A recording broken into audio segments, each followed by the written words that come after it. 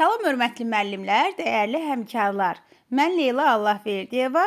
Bu günlərim sizə 9-cu sinif texnologiya kitabının 9-cu mövzusu olan əlvan metallardan məftillər və mis məftildən asma bəzək necə hazırlanır bu texnologiyanın izahını verəcəm. Deməli müəllimlər, biz 5-ci sinifdə artıq məftillər necə əldə olunur, hansı üsullarla əldə olunur bunu öyrənmişdik. Deməli neçə üsulla əldə olunurdu? Məftillər 2 üsulla əldə olunurdu. Bircə dəqiqə müəllimlər. İki üsulla əldə olunurdu. Bir prakat üsulu ilə və bir də çəkmə üsulu ilə. Prakat üsulu ilə əldə olunan məftillə nə deyirdik? Katanka deyirdik və demişdik ki, katankanın enkəsinin diametri 5 mm-dən artıq olur. Bəs nazik məftilləri necə əldə edirdik? Deməli, katankadan çəkmə üsulu ilə çəkici dəzgahlarda nisbətən nazik ölçülü məftillər əldə edirdik. Və bir nüansı da yadımızda saxlayaq ki, müəllimlər, əgər bizə düşsə ki, məftillər nəyinə görə bir-birinə fərqlənir və yaxud da məftillər təyinatına görə bir-birinə nə ilə fərqlənir? Deməli, müəllimlər, məftillər həm növünə görə fərqlənir. Yəni, mis, latun, sink nə məftildirsə buna görə fərqlənir. Bir də diametrlərinə görə fərqlənir. Yadımızda saxlayırıq belə deyə, həm diametrinə görə və bir də növünə görə məftillər bir-birinə fərqlənir. Qaldısa rənginə. Deməli, müəllimlər, məftilin üst təbəqəsini istənilən rəngli rezin təbəqə ilə, rezin örtüşlə örtə bilərik. Yəni, üzləyə bilərik. Bunu yadımızda saxlayırıq. Ola bilər, sualda düşür ki, məftilin məsəl üçün, üst təbəqəsini, üz örtüyünü nə ilə üzləyə bilirik? Rəngli rezin örtüşlərlə və ümumiyyətlə rəngli olmasın, rəngsiz də, yəni rezin örtüşlə üzləyirik. Buna deyirik həm də izolyasiya. Daha sonra baxaq görək müəllimlər, məftil hansı əlvan metallardan hazırlanır? Məftillər əlvan metalları artıq biz öyrənmişdik, hansılar idi? Mis, alüminium, sink, latun və s. Bax, bu əlvan metallardan həmçinin də məftillər də hazırlanır və baxaq görək bu əlvan metallardan hazırlanan məftillər yəni hansı xarakterikası ilə bir-birinə fərqlənir? Ən əvvəl başlayaq mis məftildən. Mis məftil müəllimlər, elə misi öyrənmişdik ki, mis rəngi necə idi? Qırmızımtıl rəngdə olan bir belə deyək metalımız idi. Ən çox elektrotexnikada istifadə olunurdu, elektrik naqillərinin çəkilməsində istifadə olunurdu. Niyə? Çünki elektrik keçiciliyi yüksək idi. Və mis məftillərin artıq öyrənirik ki, qırmızımtıl narıncı rəngə malikdir. Həmçinin də çatışmayan cəhəti odur ki, müəllimlər, vaxt keçdikcə bu mis məftillər qaralır, yəni oksidləşərək qaralır.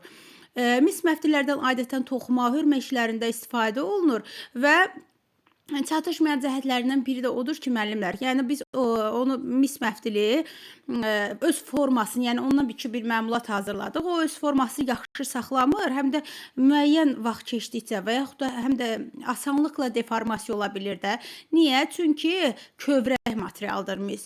Ona görə deformasiya olmaq nə demək? Yəni tez qırıla bilir, tez rəngi qaralır. Bax, bu baxımdan üstünlük təşkil etmir, belə deyək. Və həmçinin də bunu da bilək ki, mis məftil plastik və kövrəkdir. Bunu yadımızda saxlayırıq. Kövrəkliyi nədən bilirik? Biz onu bir neçə dəfə əydikdə o həmən qırılır. Bax, bu da onun kövrəkliyi, belə deyək, kövrək olmasına bir dəlalətdir ki, yəni onu biz bir neçə dəfə əydsək və yaxud da bursaq, o həmin yerdən qırılacaqdır. Daha sonra müəllimlər deməli, bir də onu yadımızda saxlayaq ki, dekorativ işlərdə diametri 0,3 və 1 mm olan məftillərdən istifadə olunur. Daha sonra gəlir alüminium məftilləri. Alüminium məftillər gümüşü ağ rəngdədir. Elə biz alüminiumu öyrənəndə demişdik, gümüşü rəngli ağır bir metalımız idi. Həmçində yumuşaq bir metal idi və alüminium məftil yumuşaq, daha doğrusu gümüşü ağ rəngdədir, parıltısı yoxdur və qaralmır. Deməli, bax, misdən fərqi nədə oldu? Mis qaralırdı oksidləşərək, amma alüminium məftillər isə qaralmır və kifayət qədər yumuşaqdır. Bu məftili biz belə deyək, yumuşaq olduğuna görə müəllimlər, biz onu əymək üçün, burmaq üçün heç bir alətdən istifadə etməsək belə, əlimizlə belə onu asanlıqla əyə və yaxud da bura bilirik. Bax, bu onun yumuşaq olmasının bizə verdiyi bir üstünlükdür və bu məftil müxtəlif işlərdə istifadə etmək üçün əlverişli bir məftildir və dekorativ işlərdə adətən diametri 1,5 və 2 mm olan məftillər, yəni alüminium məftilləri seçmək məqsədə uyğundur. Daha sonra belə deyək, həmçinin də biz onu əlimizlə vurduqdan sonra çəkicin vasitəsilə ancaq yastılamaq işlərində də belə hamarlaşdırmaq üçün çəkicdən istifadə edirik. Daha sonra gələk laton məftillərə. Laton biz yenə 5-ci sinifdə tanış olmuşduq. Laton sarımtıl rəngli bir metalımız idi. Parıltılı qızılı rəngdə idi və zaman keçdikcə laton qaralır. Deməli, bax, qaralma latonla ortaq nöqtə hansı metalımızda oldu? Mis məftillərimizdə oldu ki, mis məftilimiz də qaralırdı. Amma dedik ki, alüminium məftil qaralmır. Yəni, o bunlardan fərqli olaraq qaralmır və həmçinin də laton məftilləri də korroziyaya davamlıdır, möhkəm və plastikdir. Bircə dəqiqə müəllimlər. Möhkəm və plastikdir. Deməli, biz plastiklik, mis, alüminium hələ ki üçünü belə deyək, ardıcıl öyrənmişik. Deməli, bunlardan hansında var idi plastiklik? Bəli, müəllimlər, mis məftildə biz dedik ki, mis məftildə plastikdir. Deməli, mislə laton məftilin ortaq xüsusiyyəti hər ikisinin plastik olmasıdır. Amma belə deyək, misdən fərqli olaraq laton möhkəmdir. Amma biz mis məftilə dedik ki, mis məftil kövrəkdir. Ona görə dedik ki, mis məftili bir neçə yerdən vursaq, o həmən qırılar da kövrək olduğuna görə. Amma laton məftil isə deyirik ki, möhkəm və plastikdir. Ondan kiçik dekorativ elementlərin hazırlanmasında istifadə olunur. Təbii rəngini saxlamaq məqsədi ilə isə biz ona lak çəkirik. Bir lak örtüklə, lak təbəqə ilə üzərini örtürük ki, rəngini qalsın. Rəngi nə rəngi idi? Parıltılı qızılı rəngdə idi. Dekorativ işlərdə isə biz laton məftilin diametri 1 mm-dən olan məftildən istifadə edirdik. Deməli, mis məftillərdə bu diametr nə qədər idi? 0,3-1 mm olan mis məftil idi. Alüminiumda isə biraz qalın idi, daha çox. Deməli, 1,5 və 2 mm qalınlığında alüminium məftillərdən istifadə edirik dekorativ işlərdə. Amma laton məftillərdə isə bu da biraz alüminiumdan daha diametri az, yəni 1 mm olan laton məftillərdən istifadə edirik. Deməli, dekorativ işlərdə. Deməli, bəs alüminium məftillə laton məftilinin ortaq cəhəti nə oldu? Hər ikisi belə deyək, yəni mislə hər ikisinin ortaq cəhəti oldu ki, hər ikisi qaralır, alüminium amma qaralmır və belə deyək, hər ikisinin dekorativ işlərdə istifadə etmək olar, alüminium və mis məftil, laton məftilin, həmçində mis, yəni bunların hər biri dekorativ işlərdə istifadə etmək mümkündür. Daha sonra gələk sink məftilə. Baxaq görək sink məftil hansı işlərdə görülür. Sink məftil mavi çalarlı gümüşü rəngdədir. Yadımızda saxlayırıq.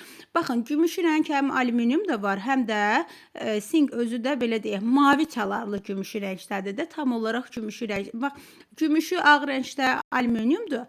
Amma sink məftil isə mavi çalarlı gümüş rəngdədir və onun parıltısı yoxdur. Parıltısı olmamaq həmçinin alüminium məftillərdə də dedik ki, alüminium məftillərində parıltısı yoxdur və möhkəm və kifayət qədər elastikdir. Bax, digər olar, belə deyək, laton məftildən fərqli olaraq, laton məftil necə idi dedik? Laton məftilə dedik ki, plastikdir. Amma ondan fərqli olaraq sink məftillərimiz isə elastikdir. Elastik nə deməkdir, müəllimlər? Yəni, müəyyən belə deyək, biz onu əyirdik və onu buraxdıqda, ona müqaviməti buraxdıqda, o elə həmin əvvəlki vəziyyətinə geri qayıdırdı. Bu, onun elastikliyi idi. Plastik isə biz belə deyək, ona güc tətbiq etdikdə müəyyən formaya salırdıq. Yəni gücü əlimizi buraxdıqda, gücü belə deyək, gücdən azad etdikdə həminki əyilən formasında qalması onun plastikliyi idi.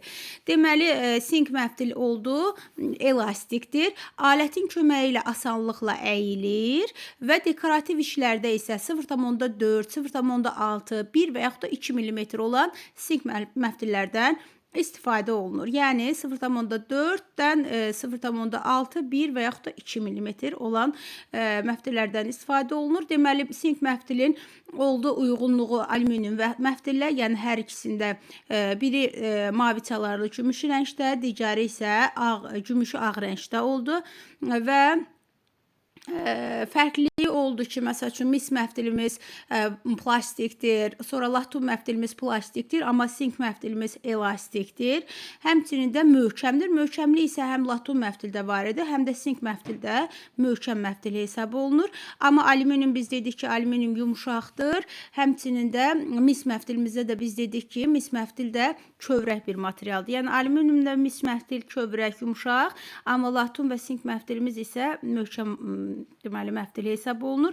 Daha sonraki deməli rəngli örtüyü olan nəbatatlı məftil. Bu məftil isə yuxarıda sadalanan, yəni 0,4, 6, 1-2 mm qalınlığından fərqli olaraq bu məftillər dekorativ məqsədlər üçün istifadə olunur və həmçinin də yəni bu sadalanan 0,4, 6, 1-2 mm qalınlığından daha nazik məftillər hesab olunur. Və bu məftillər daha belə deyək, dekorativ işlərin görülməsi üçün nəzərdə tutulur. Həcmli kütlə yaratmaq üçün yaxşı burulur və ondan kiçik muncuq və balıq qulağı və sair kimi kiçik ölçülü bəzək elementləri asmaq mümkündür. Yəni belə deyək də, yəni onun diametri digər hansı ki saydıq 1 və yaxud da 0,3 deməli 3 var idi. 3 və ya 1 mm mis və yəni belə deyək də, ümumi olaraq misdən, alüminium, latum, sink məftillərin diametrindən daha nazikdir. Nəbatatlı məftilin deməli rəngli örtüyü olan nəbatatlı məftilin diametri daha nazikdir və bunlardan dedim həcmli kütlə yaratmaq, bunu yadımızda saxlayırıq. Həcmli kütlə yaratmaq üçün daha yaxşı burulur deyilsə, buna bilirik nəbatatlı məftildir və dedik ki, bundan muncuq və balıq qulağı kimi kiçik elementlərin asılmasında istifadə olunur. Məftildən hazırlanacaq məmulatlar üçün dekorativ elementlər təbii materialından seçilsə, məmulatlar zərif və yaraşıqlı alınır. Deməli, nə deyir? Deyir, məftildən hazırlanacaq məmulatlar üçün dekorativ elementlər təbii materialdan seçilsə, təbii ki, bu zaman bizim alınacağımız iş daha zərif və yaraşıqlı olacaq. Ola bilər ki, düşər ki, məftildən hazırlanacaq məmulatlar nə zaman zərif və yaraşıqlı alınır? Onda biz götürürük ki, təbii materiallardan hazırlansa, onda daha yaxşı, yaraşıqlı və zərif görünər. Müxtəlif ölçülü rəngli şüşə, muncuq, balıq qulağı, ipək qotazlar və ümumiyyətcə bax bu kimi əşyaları dekorativ əşyanı arzu olunan edir. Yəni bax bu cür burada hansı ki bizə müəyyən materiallar verilibdir. Bax bu materiallar dekorativ əşyaların hazırlanması üçün əvəz olunmazdır. Məftil ilə iş zamanı yastı ağız kəlbətin, gird ağız kəlbətin, it ağız kəlbətin, çəkic, yeyə və sair kimi əşyalar, alətlərdən daha doğrusu istifadə olunur. Bu bəzək əşyalarının hazırlanmasında. Bu əşyaları da yadımızda saxlayırıq. Kəlbətinin ümumiyyətcə demək olar ki, bütün növləri var. Yastı ağız, gird ağız, iti ağız, çəkic, yeyə və s. Daha sonra baxaq görək bir də bizim burada asma belə deyək, bəzəyin hazırlanması üzrə praktik işimiz var. Praktik işlər əvvəlki mövzularımızda o qədər də belə deyək, üstünlük verməsək də bu kimi mövzuların sonundakı praktik işləri oxumaq, yadda saxlamaq mütləqdir. Çünki dərsin demək olar ki, bir hissəsini təşkil edir. Baxaq görək burada nəyi deyir bizə? Deməli, asma bəzəyi hazırlamaq üçün bizə nə lazımdır? Bizə lazımdır bir diametri 1 mm olan mis məftil, balıq qulağı və bu şəkildə görürsünüz, nə bilim, göz muncuqlarıdır, qotazlardır.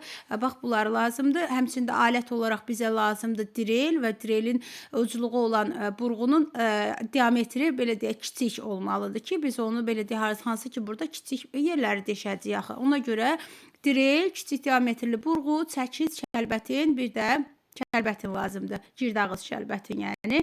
Daha sonra bizim bir neçə mərhələlərimiz var. Baxaq görək bu mərhələlərimiz nələrdir? Kiçik mis məftil parçası kəsirik və onun mərkəzini tapırıq. Mərkəzini tapmaq üçün təbii ki, nə edirik? Bax, bu bizim mis məftilimizdir. Bunu kəsdik. Bunun mərkəzini tapmaq üçün belə deyək də, eyni yerdən belə eləyirik. Bu, bunun mərkəzidir də. Yəni, çevrədə necə olur mərkəz nöqtəsi? Yəni, tən ortasını tapmaq üçün biz onun mərkəzini təyin elədik. Daha sonra məftili elə əyirik ki, ilgək alınsın. Yəni, deyir ki, bax, mərkəz nöqtəsini təyin eləyərkən elə əyidik ki, ilgək. Burada bir ilgək alındı. Doğru. Daha sonra nə edirik? Məftilin uclarından tuturuq və bir-birinə əks istiqamətdə aralayırıq. Bu şəkildə bizə göstərilir. Bu zaman ortada kiçik ilgək yaranır. Həmin bax, buradakı bizim buradakı ilgəyimiz alınır və bir əlimizlə ilgəyi möhkəm tuturuq. O bir əlimizlə isə məftilin uclarından tutaraq onları müxtəlif istiqamətlərdə aralayırıq. İlgəyi səliqə ilə çeviririk və məftili eşin dedikdə belə deyək də, yəni itəliyin əks istiqamətdə bunu nəzərdə tutur.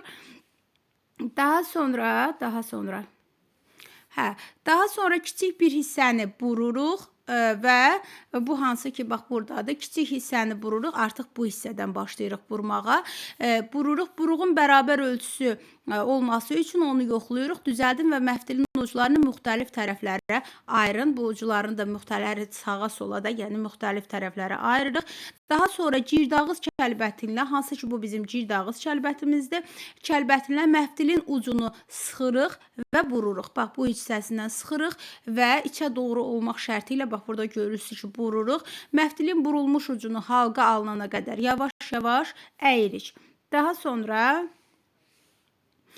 sonra məftilin əvvəlcə birinci ucunu əli ilə, səliqə ilə özümüzə tərəf dartırıq. Yəni, daha sonra məftilin ikinci ucunu da 2 burum dolayıb, sonra eyni qayda ilə, belə deyək, eşin deyir, yəni belə deyək, içəriyə doğru əyivirik.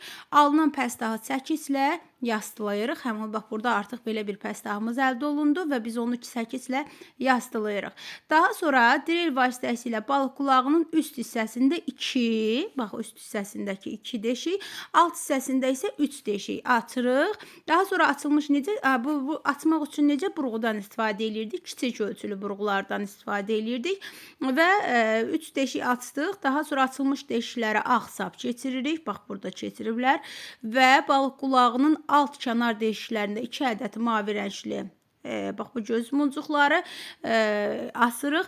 Daha sonra balıq qulağının üst deşiklərində olan sapların məftil burulmuş uclarını bağlayırıq. Bax buradan da belə deyək, həmin ki burada hazırlamışdıq məftil, həmin onu da bax burada həmin saplarla balıq qulağının üst hissəsinə bağlayırıq. Məftildəki halqalara və balıq qulağının aşağı orta deşiyinin qırmızı rəngli ipək qotaz, bax bu hissədən və məftillərin uc hissəsindən isə qırmızı, belə deyək, qotazlar əlavə edirik. Əlavə materialla birlikdə məftildən asma bəzək hazırdır. Bu cür bəzəkləri müxtəlif yerlərdə istifadə etmək olar. Nə bilim, bizə burada göstərir ki, bax, iş otağı və s. kimi yerlərdə bəzək işləri kimi, bəzək əşyası kimi istifadə etmək olar. Bu ardıcılığı belə saxlayaq, müəllimlər. Yəni, təbii ki, bir əşya hazırlayıqsa, birinci yadımızda saxlayaq ki, bu onun mis məftildən, bax bu yuxarı hissəsindəki bu hissə ki var. Bax, birinci o hissəni hazırlayırıq. Birinci əlimizlə bururuq, sonra orada ardıcılıqda kəlbətindən keçirik. Kəlbətindən burduqdan sonra çəkislə yastılayırıq. Daha sonra buruğu ilə deşiklərimizi açırıq. Sonra birinci yadımızda saxlayırıq ki, ağ saplar bağlayırıq. Sonra ağ saplara bax bu göz muncuqlarını, birinci aşağı nahiyəni, daha sonra yuxarı hissəsinə isə dedik ki, bu hazırladığımız məftili, artıq o bizim bir məbulatımıza çevrilir, yəni pəstahımız. Deməli, yuxarı hissəyə də həmin bu hazırladığımız məftildən olan fiquru bağlayırıq. Daha sonra isə ən sonda isə qotazları bağlayırıq. Belə deyək, bax bu bizim işimizin yekunu olur. Belə müəllimlər, yəni bir də burada təhlükəsizlik iş qaydalarımız var. Sol əlimizi məftilin əyilən yerinə yaxın tutmamalıyıq.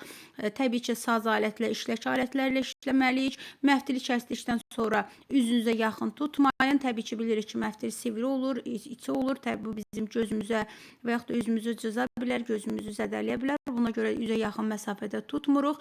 İşləyən adamın arxasında dayanmırıq. Arxanızda kimsə olduqda isə işləmirik. Bugünkü dərsimiz bu qədər.